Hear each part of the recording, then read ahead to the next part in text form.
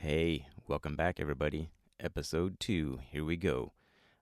Before I actually get started, I want to just say a huge, huge thank you to everybody who listened to the podcast and also for everybody that shared in their stories. And I got quite a few DMs too about I guess, liking the show. And I really, really appreciate that. The number of downloads for this first episode was just absolutely crazy. I mean, I did not expect that at all. And I just want to thank you all so much. I know Jen is also very thankful for all the shares, likes, and listens. And so I want to give a shout out to those who shared it in their stories and also who sent me some DMs.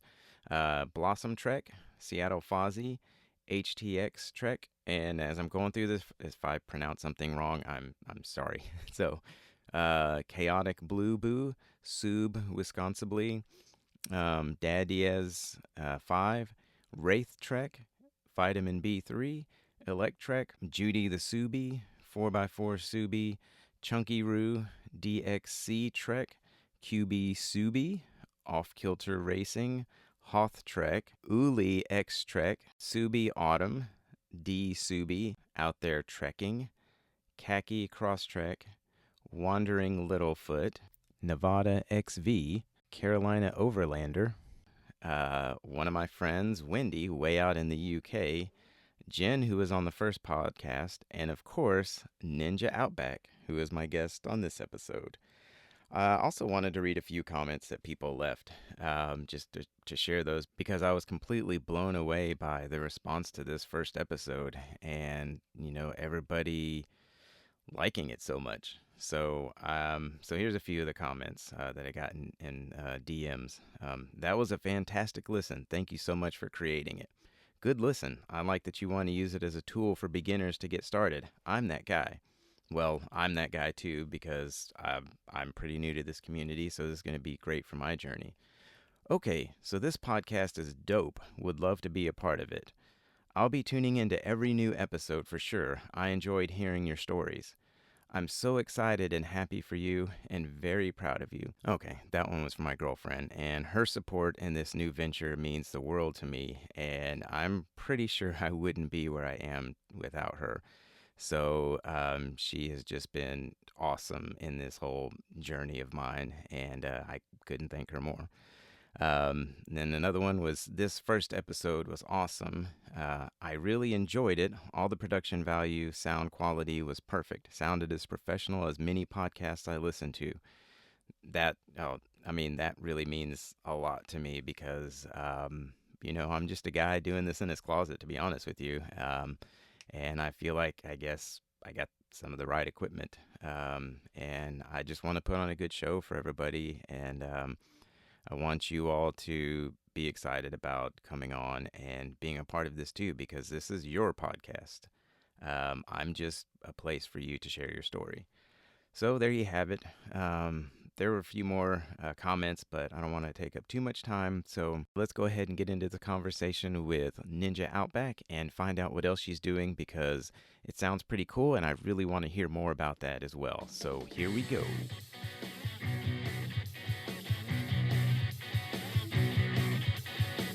I am a understudy, they call me Instant Day. Hey! When you fail, I come in and I take it all away. Hey! Yeah, I am the one you hate, I am the one you... So what all have you been up to this weekend? I know you said you were installing the rack, but what else have you been up to? Well, watch the Seahawks lose. Very sad. All the California peeps out there, yeah, the Rams beat us in an upset. So that was a little bit hard, but just kind of relaxing, really. One of the first weekends I'm not on the trails, so it's kind of nice to just be doing something other than driving for a little bit, just to give my car a little update. Yeah, that's good. Updates for are good. Sure. Yeah. So. Yeah. Yeah. Oh yeah. It's I definitely enjoy owning a Subaru. Went out and did a little mudding today, this morning, and then I did some again. Took my brother. So we went mudding. I went mudding this morning, and then took my brother with me so he could kind of experience that, and that was a lot of fun. And so it's nice that like it's very limited around here of where I can go off-roading, especially being in Houston. There aren't really any trails. I just got lucky that there's a spot behind my daughter, the school that my daughter used to go to, and there's some like baseball fields, and I remember that spot being back there, and there was like a bunch of people would drive back there to get to the baseball fields, I guess. And sometimes the gates are open and sometimes they're closed, and they were open today. So I were actually open last night too. I went there last night. It's kind of scary because I can't really see that well. So, but it was fun. Yeah. When did you buy your Outback, and what is it that influenced your decision to buy a Subaru, and why an Outback? Yeah, so I bought my car in the summer, late summer or early fall of 2018. No, it's already 2021. Oh my gosh. I bought my, yeah, oh my gosh. No, so I bought my car in the summer of 2019. Mm-hmm. And I used to drive a Honda, little Honda Insight second gen. Is that the electric And what car really or hybrid? partial, Okay, yeah, yeah. it's a hybrid. It's like it was Honda's competitor to the Prius, um, but obviously it they stopped production after like 2 years because it was just not selling. Um, so it wasn't too cool. It was really slow, surprisingly. Um, but yeah, so my essentially when I got that car, my mom actually was looking at two types of cars, the HRV and the Crosstrek, because it's a subcompact vehicle that can sits a little bit higher off the ground and can go places. And so she ended up going with the Crosstrek, which, as a lot of people know who probably listen to this podcast, Yeah, yeah. Crosstreks are the car to have. They're really cool. Short wheelbase, great for adventuring, can fit a person comfortably, and can do things. So I fell in love with her car. Every time I'd go out, I'd be like, "Mom, I'm taking your car. Sorry, mine's gonna sit here." And so I got my first job, full time job, working at a Boys and Girls Club. And I was like, "Mom, by the way, when I get my first full time job, like I'm buying my own car, um, because this one's coming up on 100K. Not that that's bad, but you know, coming down to see you, it gets pretty windy and it's really light, so I get pushed around, and it's just not as safe as I think it should be." Um, and so I started looking, and I know that there are certain things down the line where I'm going to want probably a bigger car. And so I didn't look at a Crosstrek. I looked at an Outback because that was kind of the next step in what I was looking for. Of course, there is the Forester from Subaru, but I just I don't love the style of it. I think I like the wagon style more because they're definitely different. But I knew that I wanted to have enough space to go car camping, um, enough space to have dogs, enough space to pack all my stuff. Because when I go places, I pack probably more than the average person. I come with like 20 pairs of shoes for like a weekend. And it's kind of like that where I'm like, I just have bags on bags on stuff. So with that, I was like, the Outback is for me. The Crosstrek is too small. I've driven my mom's, and I just don't like the vibe of the Forester. So Outback it was, and there's a nice CPO one, which is certified pre-owned. People say that that's like a way for dealerships to make more money off of the bring in, because essentially they can have it. I believe they extra check it out, and they give you an extra warranty on top of that for just a little bit longer. But with it being my first car, real car, I believe, I wanted to make sure that it was something that I can trust. And I couldn't obviously purchase a new car Mm-hmm. because that was just out of my budget, especially in Outback now that they're going for like 40K. Oh, I didn't know they were Because that mine has, much. yeah, well, I mean, not all of them, right? But like mine has it's essentially everything but the touring. So it has crew adaptive cruise, all that kind of stuff before they put it standard. Now that's all come standard in an Outback and everything like that, with like lane keep and all that kind of stuff. But in a 2016, sadly, you had to pay for all those extra features, which and it's also like packaged too. There's like the winter package, I think, all that kind of stuff where I had the maps. There's um, all that kind of stuff where it came off the lot already a little bit higher than price point. Yeah. So then they can resell it for higher than, and I also live in Washington too. So that's a little bit, Subarus go like crazy up here. And they know there's the market for it. So unfortunately, unlike I think in Texas, they have a really good, they got some really good prices down there. Yeah, Unlike other places. I imagine so. And we do not need winter packages down here. So, and it's funny now that I own a Subaru and I own a Crosstrek, I drive, I'm driving around and I follow all these people with all these awesome mods and decals and everything. And most of the Subarus here are just plain, there's nothing added to them. I do see a few with racks on them, roof racks, but that's pretty much about it. So I like, being able to put decals on mine because that's kind of my affordability right now is just the decal, so it helps me to personalize it. I did put some roof rails, and I eventually want to put a roof rack on, but I'm doing what I can when I can. Of course, yeah. No, that's totally understandable. It all comes with, the paychecks and when you have the time. Yeah, And also knowing what you want too. People talk about copying builds and stuff like that, and it's definitely hard when there's like certain companies that make certain things for all of the cars that we have. It's kind of like it's either custom or it's gonna look like someone else's car too. Because Subarus are sold so highly in the U.S. That it's hard to find like a mod that someone hasn't already done that you also like. Because it's definitely a market. where did you come up with the name Ninja Outback? Because I like that name. That's cool. Yeah, honestly, it's kind of like one of those things that just came to me. Like, I wasn't necessarily looking for a black car. I kind of just stumbled upon it, and I always like to name things when I see them. And the way that I just was seeing this future was like stealthy. It's gonna be, look sick. It's gonna be all black. It's gonna be murdered, all that kind of stuff. That I was like, okay, Ninja seems like a stealthy name. Seems like something that just like come out and be like whoosh, and you wouldn't even know it's there. And so that's really kind. There's no connection to it.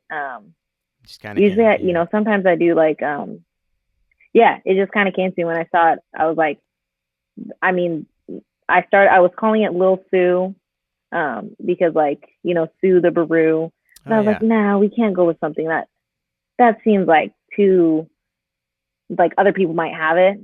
And, and I hadn't gotten into the car community yet, but I was like, I think Ninja sounds good. And that's why I started making people call it that. Um, making them I was like, call my it that. car's name is Ninja. Oh yeah. Oh yeah. Yeah. If you're gonna get in my car, you need to call Ninja her name. Um, we gotta love the boxer in her. Oh yeah, yeah.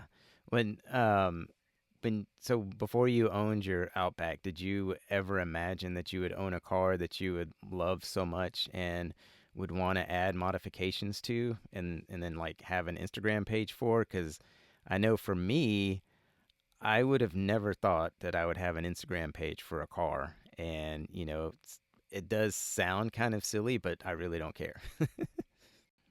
Yeah, I it was like a yes and no. Like on my Honda, I hated the wheels. I was like, Mom, I'm gonna start buying new wheels for this car. It's gonna Yeah. be it. I can't do this. It's too ugly for me. And luckily, I knocked some sense into my brain somehow, and decided not to do that, because I was like, I think hopefully I'm gonna get rid of this Honda in a year, and like it's not worth putting like 800 into a set of wheels, that just look cool for driving around a Prius looking car. Frankly, it's like, cool Prius, said nobody ever. That kind of thing. Yeah, you wouldn't want to put those kind of modifications in there just to have something for a short period of time. It's just that's definitely not worth the money. No, exactly. And the market for a tricked out Honda Insight was probably very small. Um, you know what I mean? Like, I wouldn't be able to resell that for very good money. I would lose it, and honestly, I'd probably have to turn it back to stock instead. So, I decided not there. But that got me thinking that when I bought my new car, whatever it was going to be, I was going to trick it out. And so when I got the Subaru, I was like, man, this is so sick. I really love the chrome. And then I started being like, I don't really like the chrome, and I started looking up on Instagram, on my personal page before I had made an Instagram, what was out there, and Pinterest too. Pinterest is a big place for Subarus, the community that they loved it. And so I just started looking there. And so with the Instagram thing, I had never thought I would fall in love with the car so much that I would, first of all, name it something that I make everyone call it, when they're about to get in, let alone this whole page for it, where I have a community that I can talk to, and just the amazing support that is in the Subaru community. I would have never thought that would be me. I thought it was honestly silly, but I think that's what people think from the outside, right? Because they're not a part of it. They don't understand the like vibes that we have, and like just talking with people that are like, what wheels are you getting? What methods? What are you gonna, what do you run? 18, 17, 16, 15, whatever it may be. And just the knowledge that people share, I think, is really cool. And that comes from Instagram, where you can connect with people. But no, I never thought I would have one. And here we are. Yeah, I know. I mean, there's just the community out there is pretty amazing, and it's nice to see that there's so many people that have all these modifications. And like I said, now I don't really see that many around here, especially, but I didn't know there was such a huge Subaru community out there, until I bought my car. And I started following some people. I started following some people before I bought my car, because I had already gotten approved by my bank for a loan, so I knew that I was going to get the car. It was just a matter of when and which one. I knew that I wanted a manual and a base model. But when I knew that was going to happen, I started looking up Instagram accounts and some YouTube videos on just, off-roading and everything. And I wasn't really looking at mods so much, until I started seeing some YouTube videos and like people going through their mods. And I was like, oh, I guess that's kind of a thing. But I thought that was just kind of like a rarity. Like maybe just a few people had some mods, roof racks and all this kind of stuff, lift kits, cut bumpers, until I started connecting with lots and lots of people. I was like, whoa, this is like a thing. It's not just a few people doing this. This is like so many people out there are doing this, and it's pretty awesome. Yeah, I guess I agree with you on that part, definitely. I did, it wasn't until I got the car that I really started looking into what I could do. Like, I knew I wanted, obviously, the wheels and tires. Like, from my Honda, I was like, I want wheels. And so, one of the mods that I knew I wanted to do was wheels, but I hadn't looked up, any type of, I hadn't done any research on it. I had no clue. And so that's like you said, like, when you started looking out, that's when you started seeing more. But I didn't think that it would be so major, in the community. And then obviously I found that now there's a huge community, and I see them all over the place now. And I'm like, hey, that's such a cool car. But before, I wasn't like, oh yeah, there's a community out there for heavily modded Subarus. Because I had seen it with Toyotas, Tacomas, all those types of cars, but never when I was driving around being like spotting the Subarus. And now I do. Now I spot all the Subarus that are kitted. Yeah, and I've seen a lot of trucks around here that are modded out, Tacomas, like you said, and like GMCs and Chevys and stuff. So it's mostly trucks that I see, but I don't, you don't really see many Subarus around here. I mean, I was at the grocery store tonight and I saw an orange Crosstrek that was literally parked right behind me, kind of across the aisle, and it was at least a 2018 model, and it had a roof rack, but that was it. So, and it would be cool to see more around here, but I don't know. Maybe I'll inspire some people around here. I know there are people in the Houston area that I've connected with that have have some of some mods on their cars. I just haven't met them in person yet. So they do exist. I guess I just don't see them out here where I'm at in the suburbs. Right, right. Yeah, I mean, it is definitely, I think, some of the big places where cars with Subarus are heavily modded are like California, Colorado, Washington, um, Arizona, um, some of those places. I think those are, the top. I don't normally think of Texas as a big place for like, oh, there's a huge mod. And then the East Coast, right? Like Midwest, or excuse me, there's like a Mountain Roo community out there Yeah. on the East Coast that I'm like, Pennsylvania, um, those kind of things. That's where I see a ton of heavily modded, but I don't think of the kind of middle section of the United States being a place where you would go and like see heavily modded Subarus. Yeah. So speaking of mods, what was the first mod that or addition that you did with your car, and what has been your favorite so far? Yeah, so well, addition, I would say the first addition I ever did was I added a hitch to it. That's a huge thing. But the real mod that I did was I added a 2-inch lift, which definitely is backwards from what people normally say to do. It's wheels and tires usually first if you're looking to go off roading. But I was just like, hey, my birthday's coming up. I would like to lift my car, and I'm going to lift my car.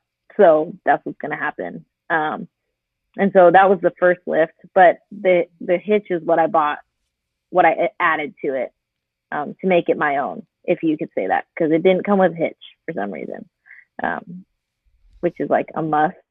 I feel like just for anything, bikes, tire carrier, if you were to tow, although I don't have anything to tow, not yet at least.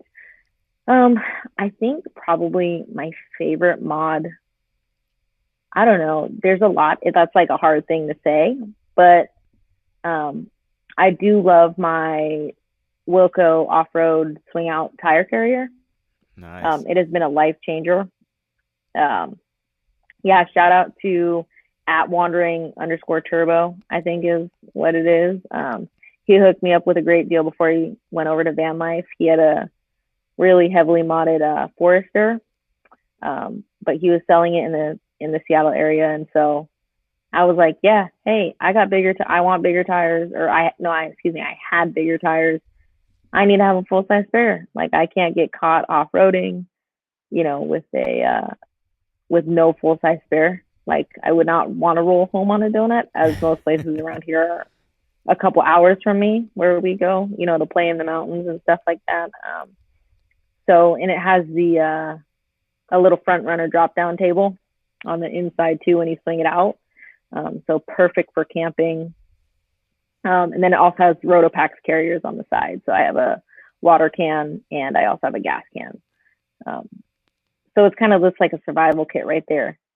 If I'm ever stuck out anywhere, those are always loaded. Now this may be a silly question. The gas can is obvious, but the water can is. Do you use that like for drinking? Do you use it for cooking or cleaning? I mean, uh, you know, I don't know. Yeah. No, I mean, I think you can definitely use it for either. I personally use it for cooking and cleaning stuff, like dishes if I'm not near water and stuff like that. Because obviously, sometimes you don't want to do that. You just rather use some water from like your hose or something like that. Luckily, up here in Washington, we have good drinking water, but usually I will buy some type of distilled water or something like that to put as our drinking and eating water, and just use it for cleaning and stuff like that, when need be. So not a silly question. No silly questions. Okay. You know. So how long was it before you got your new wheels and tires after you got your lift? Oh, I was running around looking like a, like when you see the lifted car, Uh-huh. but then you have like the tiny wheels. It was probably like it was probably about a good month or so, that I was still running on stock. It was honestly it wasn't too bad. Um, I just knew when I brought my car home after getting a lift, I was like, nope, wheels and tires are going a lot sooner, Yeah. because I cannot stand the wheel gap in the well. It just looks too funny to me. So it didn't take me long. I think that was probably my next paycheck. I was like, they're going on. Here they go. Yeah, I was kind of lucky. I did it backwards, but I did it pretty quick. That's good. Um, Yeah. in my world. Yeah. Yeah, I mean that's not too long to be running around on them, so it's not bad. Were there any mods that you or any additions or anything that you added and then you were like, I don't know if I really like that so much and then took it off? Um, well, I wouldn't say taking it off. Um, are you familiar with the Velcro pouch type, pouches right in the footwells, in the front of your car for the driver and passenger? No, not I mean, no, not really. Okay, yeah. So I mean, I can just try to explain it as best as I can, but essentially, it's like a small cargo net that usually comes Velcroed, from Amazon. You can just buy them on Amazon, and I've seen many people do this. Um, and the carpeting on the side of your car will act on if you have that in the footwell, it'll stick to it, and then you can use that as like a water bottle holder.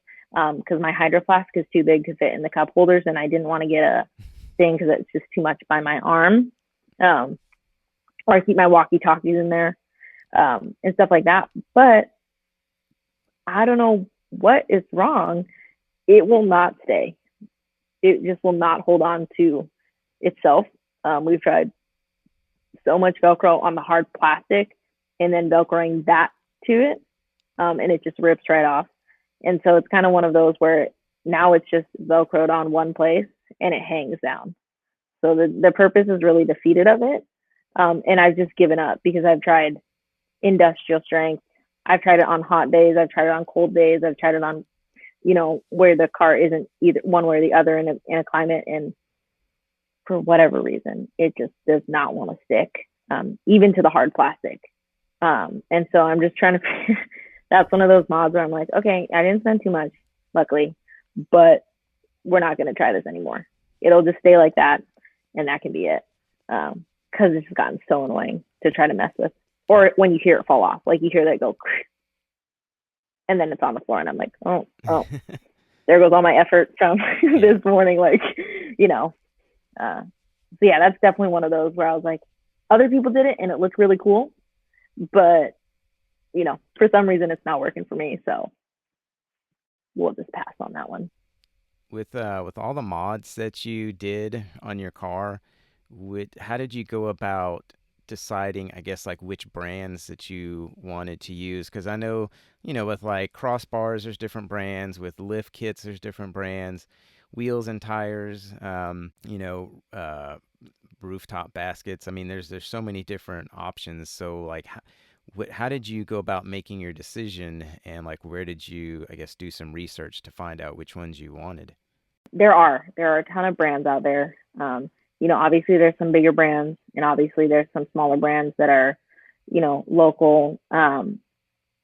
Essentially what I did for, well, first of all, I still have my stock crossbars. So Outbacks come with the disappearing crossbars, or however you want to say it. So they actually go into the side rails, and they don't have to be used, which is kind of cool. But also the weight on them, and what they say is, like, I've been told people won't sell me a rooftop tent, because they're afraid that my crossbars will, essentially it only goes in by a latch, and that latch, you pull it up and it comes out of place. And they're saying if the weight's on it, it can easily just do that on accident and rip it out. So that's kind of one of the downsides of the stock crossbars on the Outback. They're like, I think they're the only car that does not have bolted in plastic rails to the actual vehicle, like the rooftop, like Crosstreks or, um, Ascends or Foresters. Like it's the only one. So that kind of stinks. Um, so I've been looking at it, but I know Thule makes some good ones, and it's all just based off of what I hear other people's experiences are. I think the biggest one that was different for me, after doing a ton of research, was on lift kits, because obviously there's huge price ranges within those, but it's all about like safety and all that kind of stuff. And so I got definitely lost in that of like researching night on night, on Subaru Outback Club, Subaru just of America, just like off-road Subarus, all that kind of stuff, where I just got it was just a cycle of, the same brands being brought up, the same reasons why. And so I essentially just went to the shop that was going to install the lift, because at the time I didn't have many friends that could do it, nor was I feeling that I was sound enough as a DIY mechanic to be able to do all that kind of stuff. And so they said to go with the Ready Lift 2-inch lift kit. And so that's what I went with. But really just, wheels and tires was the same thing. Hearing from other people what their experience was. I think my biggest regret on the wheels and tires was I didn't go to 17s. Because mine is a limited, it comes with 18-inch wheels, which for off-roading is not as good because you don't have as beefy of a tire because of the spring perch. But, I can regret all I want, but I'll just run my Falcon Wild Peaks into the ground until they're done and then Yeah. get a new setup if I want. Yeah, that's definitely Yeah. something for me that like when it comes to getting a lift kit at some point and, the wheels and tires seems a little bit easier. I know that there's certain sizes that you don't want to go over because you can run into, them rubbing and then having to, cut some of the fender out. I've heard about that. So, but like, I guess now that you've kind of gone through this and everything, especially since you had a mechanic tell you which ones to get, and before you really started your Instagram connections and everything, what if somebody's looking at really any kind of mod, what kind of advice would you give them who's like, let's say just bought, a car and they're wanting to start, doing some mods? I think the first thing I would look at is what is your budget? Because I think that plays into a lot of it. I have friends that have just bought lights on Amazon for like really cheap, but they're just as bright as, some of the other companies that sell theirs for 300. Now, of course, there comes with quality, but that's not to say that the Amazon ones don't have quality. It just depends how long you want it to last, because that plays into it. Like obviously, I may look at upgrading things later, but it's kind of like a learn as you go, because you don't know what you need until you actually done the thing that you're looking for, right? Like not everyone needs a 2-inch lift. People just like the way it looks, and like that's totally fine. I actually just was getting a lift because I liked the way that it looked. I was like, yeah, I want that, right? But then as I started getting out on more trails, I was like, this is a good thing I have a 2-inch lift. I just made that river crossing because I have a 2-inch lift. That kind of thing. Like you don't know what you need until you run into the situation where you're like, man, I actually really need that, right? Like some people go out and rock trails on stock, just completely stock. Yeah. But and it's doable. Like you can do it. right? But there's obviously things that you're like, man, that's definitely an upgrade that's needed. So I think it's really just figuring out what your budget is, and then you don't have to go with what everyone else goes with. Of course, it's nice to have feedback of like who is running it, like a lift or wheels or tires that work for them. But everyone's different. Like we're all from different places. We all do different things. I drive an hour and a half each weekend pretty much to come down and see my mom for the weekends, right? So it's like I'm doing city driving, highway driving a lot of the time if I'm not in the outback doing, off road trails. Whereas some people are always on trails and, they want beefier tires. So it's really about what you do, what your lifestyle is, what your budget can afford. Because granted, $1,000 could get you lights and tires, or $1,000 could just get you wheels. Like it really depends, what you want your money and how far you can stretch that within your budget. That's a really good point. And also, depending on your environment, like for me, I live in Houston. There's nothing, there's not really any need for me to get a lift or get bigger tires right now. And I, I mean, there are some parks, some off-road parks out west in San Antonio and Austin area, and there's one up in Dallas. And so I know for me, I can navigate those trails and everything because there's different difficulty levels. But I think a really good mod for me that I'm going to do as soon as I can is a skid plate, because I know that's definitely going to be good for going over the trails. So that makes more sense for me to get like a skid plate than it does to get a lift right now. Right. And I was, like I said, I did things backwards. I think I did lift, wheels, tires, skids. And like people would say, get first of all, get tires and wheels first. Or is skids. Some people say skids, depending on how rocky their terrain is.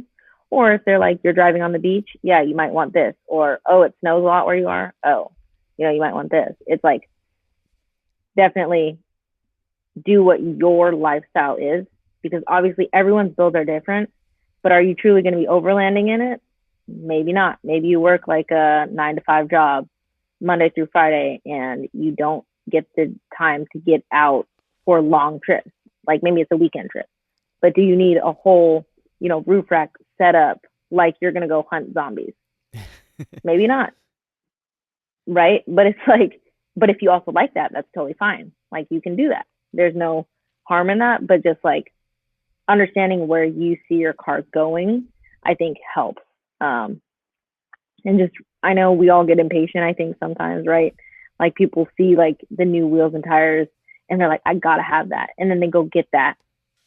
And then they haven't really done the background research of like, what's the weight on those? Because Subaru engines aren't exactly the most powerful, right? There's obviously turbos and stuff, but obviously they just came out with a Crosstrek that has a little bit of a bigger engine to pull more horsepower. But for the most part, it's like when you weigh your car all down with stuff, expect the gas mileage hit. Expect your car to maybe not perform as what Subaru saw it doing from the get-go. But it's like that's what you want to do, then do that, right? Like it doesn't have to look the same as everyone else's. I just think the biggest thing is where do you see it going? Because it's your car in the end. And whether people like your mods or not, you're driving it and you're the one who's going to love it. So those are the main things. You don't have to be mainstream. When you started getting or connecting with people on Instagram, did you come across any accounts or cars that kind of started influencing some of the mods that you did? Like, we talked earlier about seeing what other people are doing and, not necessarily, I mean, it's not really copying. It's just like seeing something going, oh, I really would like to have that. I mean, you're not going to make your build look exactly like theirs, but, if they have something that makes sense for you, maybe either some individual mods or like an overall package, were there any that influenced yours?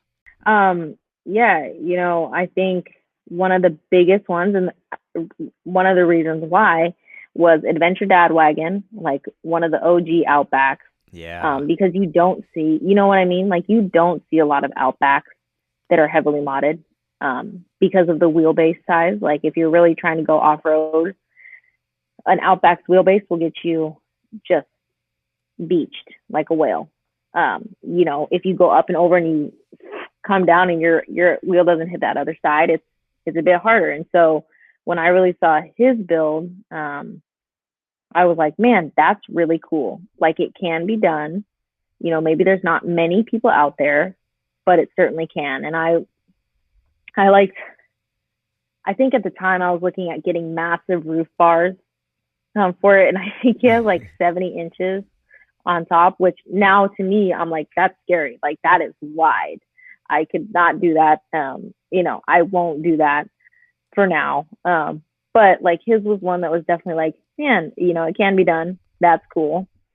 Another one was an edit that I saw on Instagram of Shadow Roo, who just moved, I believe. Yeah, he Used to did. live in Texas. And so his was like, I was like, man, that's a really cool car. That's also an Outback. That's something that I would like. And I think the biggest thing was his Laminex overlays on his fog lights, the amber, and then a tow hook, which I've done neither of. Ever since I saw that, I have not bought, I have not gotten a tow hook, and I've also not gotten amber overlays. But I did think his car was super cool. Another one that was, I started looking local because I'm like, there has to be more out here. The bright orange crosstrek, Sir Charles Subie, she runs up here. I thought her car. I mean, I guess I'll go back. I started joining a lot of Facebook groups in the area for Subies. So, there's a couple groups out here. I would see her post and I'd be like, wow, that is a cool car. Like it's got a pop of color. She's rocking some nice wheels and tires. She's got banners all over. Her rooftop basket is really sick. All that kind of stuff. And so she was probably one of those as well that I was like, okay, mine's not a Crosstrek, but that looks beefy and it looks cool. And I want that or something like that. And I think those were mainly the couple of people that I really saw that stood out to me when I was first looking around. And I think it's cool because I've actually talked to all of them before, and we talk cars, quite a bit. Yeah, I saw Shadow Roo. I connected with him before he moved because I know he was doing some trails out in Austin, I think, and San Antonio maybe. And then I saw that he was moving back to Colorado Springs. So yeah, I like his car a lot. Um, so I've got a two-part question for you. So if Okay. if you could go anywhere, like if you've seen some trails or something that you're like, oh man, I would love to go there, where would that be? And then the second part of the question is, where have you been so far that's been your favorite? Yeah. Send me to California. That's where I'd love to go. All those trails that those guys and gals are running down there look so sick. It recently just snowed out there, down there. And I was like, man, their trails still look so cool. Have a ton of mud puddles, all those types of things. And even in the dry, the desert when they're blasting through the dust and stuff, it just looks so sick. Up here, I do a lot of forest logging roads. So, I don't go to a lot of OHV parks or ORV parks because a lot of them around here are built for 4x4s and Jeeps, where you will get stuck on the obstacles that they have in a car like mine, just because of how short those Jeeps are. Squeezing by some of those things, you would definitely get a dent. And I'm not too big into like the dent scene of like beating the car. I like to baby it. So it kind of Yeah. makes it tough when I'm like looking at like, where can I go? That, I can expect trail scratches, of course. But one that I'm just like, no, I can't. I can't do that. That's putting it through too much.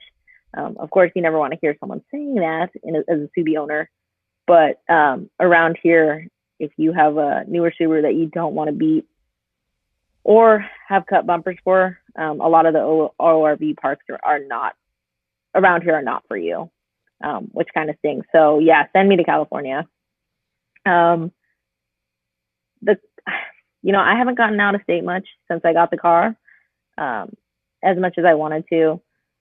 Just working the jobs that I do, and then also when COVID hit, I was still actually working from home. So there was never actually a time where I was given off because it was kind of a wishy-washy situation where I was like, you might be coming back in, but you might not. I actually work childcare, so it was kind of like if that makes sense for some of the listeners. Um, it was kind of like, yes, you're coming back. No, you're not. We're opening a child care center for school support. No, we're not. Kind of thing where it got a little bit. I was just like, okay, am I ever going to get to go? Probably not. And then the full lockdown started happening in Washington State, and Parks and Rec closed down, and you couldn't go there even if you wanted to. So it was kind of like a bad time for me. But I do love to take my car to Mount Rainier. Um, Being so close to so many mountains, it's definitely an awesome feeling when you can just drive, an hour out or so, an hour or two, out and just find trees and be in the mountains in more quiet. I think that's where I find a lot of peace being out there, just driving around and camping out of the back of it by the river, just being in my own space. But yeah, some of the mountains around here, Baker, Rainier, definitely best places I've taken it so far. Yeah. Have you done any giveaways, when you've reached certain milestones? And if so, how do people go about doing that? Because I mean, you're obviously posting that you're doing a giveaway for like certain products or whatever. And I was thinking about that. I'm like, do you partner with one of these brands or something, or is it just something that you have where you're like, oh, I have this stuff, I'm gonna give it away? So I'm curious about that. Yeah. Yeah. Um, I've done two. I've done one at a 500 follower giveaway and then also a 1K giveaway, so 1,000 followers. Um, and I had the same question too that you did, because it can be sometimes daunting. Like you see all these people who have a ton of followers, massive followings, have a team build list, right? Which is so awesome. But then you look at yourself and you're like, man, okay, I'm kind of small. Like, how do I even start? Like, will people even want it? And so essentially, I, for the 500 follower, I reached out to some companies, got a lot of no's, but I had one company who was willing to give away a product from them, which was a lighting company for LED fog lights. Hmm. Um, and so that was kind of cool because that was like the first time that someone had said yes as a small account. Like I maybe had like 450 followers at the time. I was just like, hey, I'm trying to get ahead of this. Like, would you want to be a part of, you know, a 500 follower giveaway for my Instagram page? And so when they said yes, I was like, okay, yep, that's pretty cool. But then other than that, I had to whatever else I wanted to give away on top of it. No companies had said yes, so I just purchased what I thought would be like a wanted product. And a lot of that comes with recovery gear, walkie talkies, or radios, camp setups, stuff like that. And so I actually bought a pair of X-Bowl traction recovery boards, and it was pretty well received. And then growing on to my 1,000 followers, I was a little bit bigger. So more companies were actually willing when I reached out to say like, yeah, we'll send you something, like no problem. And I also had won a couple giveaways too. So I was like, hey, I'm about to have my giveaway. Would you want to be like, are you potentially interested in like giving something away for that too? Which helped me give stuff away because obviously you want to give back to the community, but sometimes money is like, you can't just go out and buy all the things you want to give away because it's expensive. So yeah, it was really just like asking, it's, I mean, stuff that Midland gives away, Midland USA, the walkie-talkie company or radio company.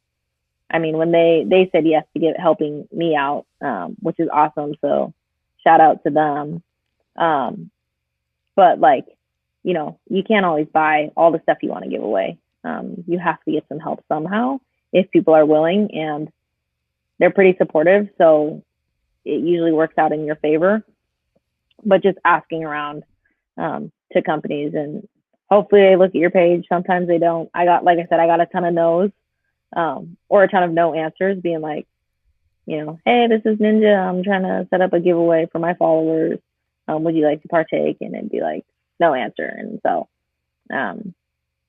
yeah. And also just reaching out to local companies. I reached out to Jen. She helped me out with my giveaway too. I read on your Instagram page where it says founder and school bus of Rugged Roo Crew. So tell us more about that, because that sounds pretty interesting. Yeah. So I started my car Instagram May 2020, right when COVID was really was at its peak in Washington State. I was joking with some family members. I was like, I'm really going to do it. And they're like, okay, go ahead and do it. I was like, yep, this is going to be my hobby. You guys have picked up knitting. I'm going to pick up this. And so I decided to reach out to some friends that I knew of.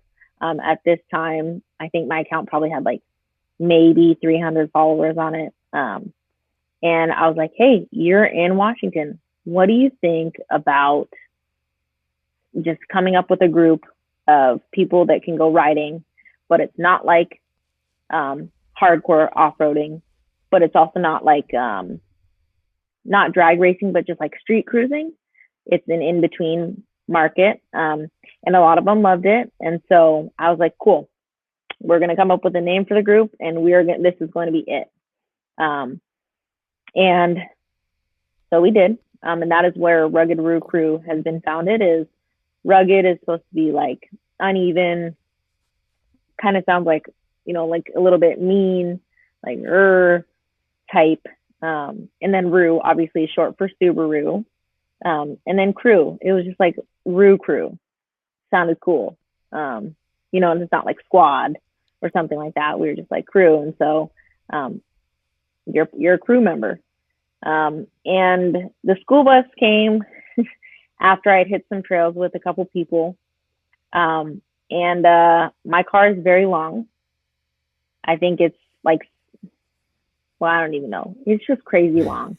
And it was, with the wheel carrier on the back, I add like 1.5 feet.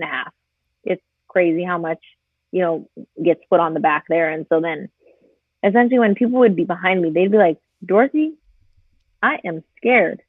Your car is rocking like nobody's business. Just hitting a little pothole. I'd be like, whoo. And then we go back and forth. And so it was like, what's really long and what's really fun? Because on the radio, I'm always talking, always saying something, making jokes about being the magic school bus. And they're like, you know what? School bus sounds like a good name for you. You're going to be the school bus. And I was like, okay, I deal with kids all the time. I will be the school bus. And so that's kind of where that name came from, was making jokes about me. And you always just got to go along with them. So that's kind of the funniness behind that. So how many members are in the Rugged Roo Crew? And I saw that you do some merchandise and stuff for the organization also? Yeah. So this was kind of like a cool chance for me to kind of live like my own dream of being my own boss. We do have merchandise for the crew, but this only happened really after we realized that it was going to launch into something more than just a couple of friends going out to ride. So we do have an Instagram page at ruggedroo_crew. And that has about 625 followers, I think now, which is insane. Like the amount of support that we have gained in the last couple months is ridiculous. It's so awesome to see. And then we do have a Facebook page, Rugged Roo Crew, that has about 77 members, who are more PNW or Pacific Northwest oriented, as we really wanted to start this group off with being able to go riding. So instead of spanning it statewide, where people might feel left out if like they never have a meet in their state that they can go to, we really felt that it was important to keep it local for now, so that people can actually attend when we can meet and all that kind of stuff. So, like you said, we do have merchandise, and that really became apparent to me as we started to grow, that it was something that people felt was a community they wanted to be a part of. It's being a crew member. It's seeing the faces that you can talk cars to all day, every day, whenever you want. And so I started a business. I applied for a business license in the state of Washington, so that when the time comes, we can really start hosting events with hopefully other companies, and just growing bigger and bigger, because this is a community, and I was so happy to be a part of that. That it's not about selling merchandise or anything. It's about making people feel like they're welcome, and if they want a sticker, yeah, they can throw it on their car, so that people ask, hey, what's Rugged Roo Crew? I don't know, but if they want to represent, they can, which I think is one of the best things I've done, is bringing people together. Yeah, that's really awesome. I mean, this whole owning a Subaru is just there's so much about it is about community, and doing something like that to bring people together is just so cool, and it's awesome that you did that, and that it took a big following, and people are interested in it, and wanting to be a part of it. I think that's really great that you can do that up there in your area. But what kind of merchandise do you have so far with the group? Yeah, so we have some big things coming. Currently, I have beanies, as it is the winter season where we are. So it's pretty cold, and not too nice all the time, as Washington just rains. We have multiple decals, or stickers, if you want to call them, vinyl transfer ones, ones that are of Washington State and then have Roo Crew inside of them, the words written. We have model specific ones that have Rugged Roo Crew on the outside of them, which can go on your windows. And then we have a big rear 9x9 like window decal of the other logo that we have. We kind of have two that we use, which is like a fighting kangaroo with like some dirty treads going over it, and it's shaped like a tire, so that people know that we're a car community. That's cool. It's pretty sick. And then I will be ordering some sweatshirts as soon as I can, because who doesn't love a good comfy sweatshirt? You can wear it around anywhere. So I'm looking to put that order in, but yeah, that's about it. We're kind of staying small, because obviously, like I said, it's not about the merchandise for me. If people want to rep, that's awesome, but it's more about just the community and saying that you're a part of it. Yeah.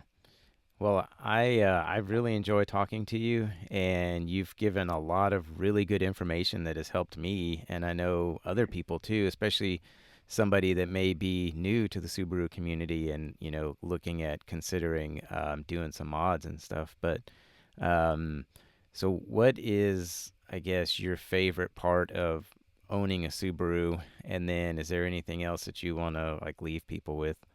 My favorite part is the way that I can make it look and still be really slow. Yeah. I am,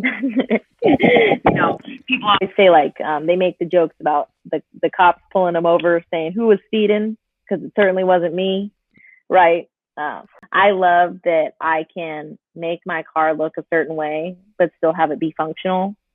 I, all of the things that I've done are for my lifestyle and how I really like to use my car. And so I think that's the best part about it, is it feels personal to me. It's not just another car that you name and then say, okay, yeah, that's my car right out there. It's a car that I look at all the time. My friends get so mad at me. I'm always like, look, oh my gosh, my car, she looks so good, doesn't she? And they say, yeah, yeah, yeah. I have thousands of pictures on my phone of my car. No more people, no more selfies, no more nothing, no more anything but my car is not found That's on funny. my phone. It's always my car.